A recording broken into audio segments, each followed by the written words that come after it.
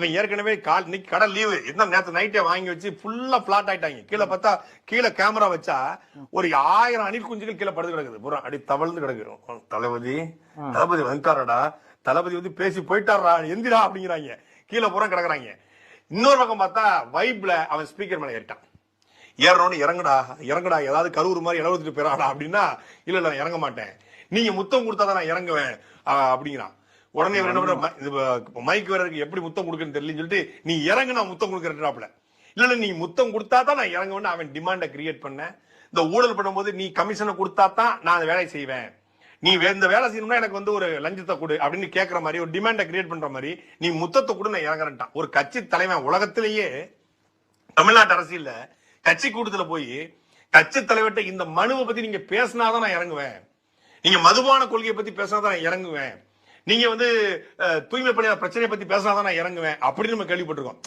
மேலே ஏறி உட்காந்துக்குவாங்க, என்னப்பா உன் பிரச்சனைன்னு கேட்டா இந்த மாதிரி வந்து எனக்கு கோரிக்கை இருக்குங்க, என் கோரிக்கை நிறைவேற்ற நான் டவர்ல ஏறிட்டேன், தமிழ்நாட்டில் பூர்ண மதுவிலக்கு வரணும், விமான நிலையத்தை ஒழிக்கணும், இல்ல வந்து இந்த மாதிரி வந்து எஸ்ஐஆர்ல வந்து குளறுபடிகள் இருக்கு அதை சரி பண்ணணும், இப்படி போராட்டம் பண்ணுவாங்க. இவங்க முத்தம் கட்டு டவர்ல ஏறிட்டான்.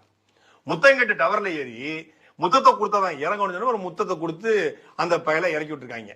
இப்படிப்பட்ட அரசியல் கட்சிகள் தமிழ்நாட்டில் இருப்பது என்பது உண்மையிலே ரொம்ப பெருமையா இருக்கு, ப்ரௌட் மொமெண்டா இருக்கு. அட மஞ்சப்பொடி மாக்கானு இந்த அளவுக்கான வயிற்றுச்சல் பிடிச்ச அலைவீங்க. அது எவ்வளவு பெரிய கியூட்டான மூமெண்ட். அவன் மேல ஏறினது தப்புதான், ஆனா நீ கீழே இறங்கி வந்தாதான் முத்தம் தருவேன் தளபதி சொன்னாரு. அப்புறம் தளபதி கிட்ட போய் முத்தம் கேட்காம உங்க தலைவர்கிட்டே கேட்பாங்க. என்னடா ஏ என்னமோ பக்கத்துல இருந்து பார்த்த மாதிரி சொல்றா, எல்லாம் தண்ணி அடிச்சு பிளாட் ஆகி கிடந்தாங்கன்னு. இந்த அளவுக்கா வன்மத்தை கக்குவீங்க? எல்லாம் ஒரு அளவு தான்டா. ஏன் இப்படி வயிறு எரியுது உங்களுக்கு?